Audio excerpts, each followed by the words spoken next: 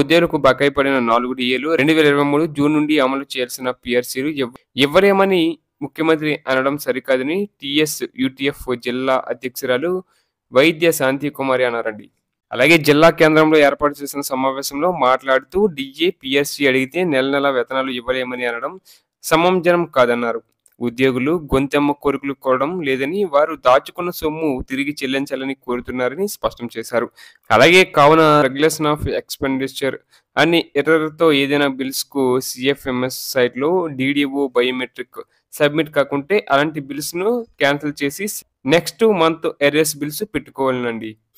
అలాగే ఇదివరకే అప్రూవ్ అయిన బిల్లులు మిగ్రేట్ అయ్యి 2025 సీరియల్ నెంబర్ తో కొత్త బిల్ నెంబర్లు జనరేట్ అవుతాయండి. కావున రెగ్యులేషన్ ఆఫ్ ఎక్స్పెండిచర్ అనే ఎర్రర్ తో ఏదైనా బిల్స్ కు సిఎఫ్ఎంఎస్ సైట్ లో డిడిఓ బయోమెట్రిక్ సబ్మిట్ కాకుంటే ఇలాంటి బిల్స్ ను క్యాన్సిల్ చేసి నెక్స్ట్ మంత్ ఎర్ఎస్ బిల్స్ పెట్టుకోవాలండి. అలాగే ఇక కేంద్ర ప్రభుత్వ ఉద్యోగులకు కేంద్రం ఉగాది కానుక ఇచ్చిందండి. 2% డిఏ పెంపునకు మంత్రివర్గం గ్రీన్ సిగ్నల్ ఇచ్చింది. దీంతో వారి డిఏ 53 నుండి 55% చేరింది.